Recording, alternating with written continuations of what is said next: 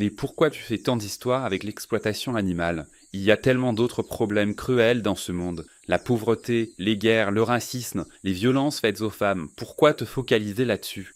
Tu as raison, tous ces problèmes sont terribles et ils méritent qu'on s'y attaque. Mais il y a une différence importante avec l'exploitation animale.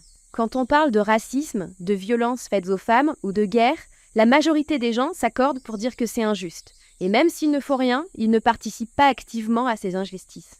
Et alors, c'est pareil pour l'exploitation animale, non? Non, ce n'est pas pareil. La première grande différence, c'est que même des gens soi-disant bienveillants et non violents participent tous les jours à cette industrie cruelle en consommant des produits animaux.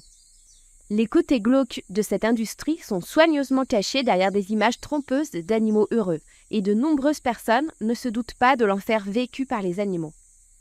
Ces milliards d'animaux subissent une vie entière de souffrance, enfermés dans des cages ou des hangars surpeuplés, mutilés sans anesthésie, séparés de leurs petits et tués dans des conditions atroces, dans la peur et la douleur.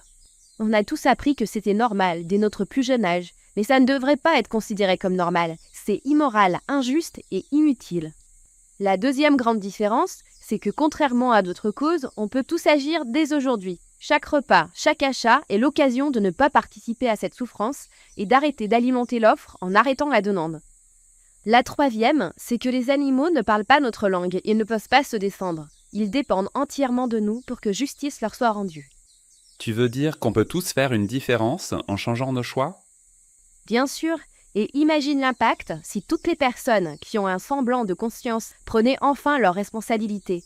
Le système serait obligé de changer. Nous avons le pouvoir de changer les choses ici et maintenant grâce à chacun de nos choix alimentaires et de consommation. Il est temps d'ouvrir les yeux, d'écouter notre conscience et de respecter la vie des animaux.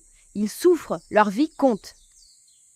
Tout ça, c'est évident, mais comment faire pour vous réveiller? Merci à tous de nous avoir suivis.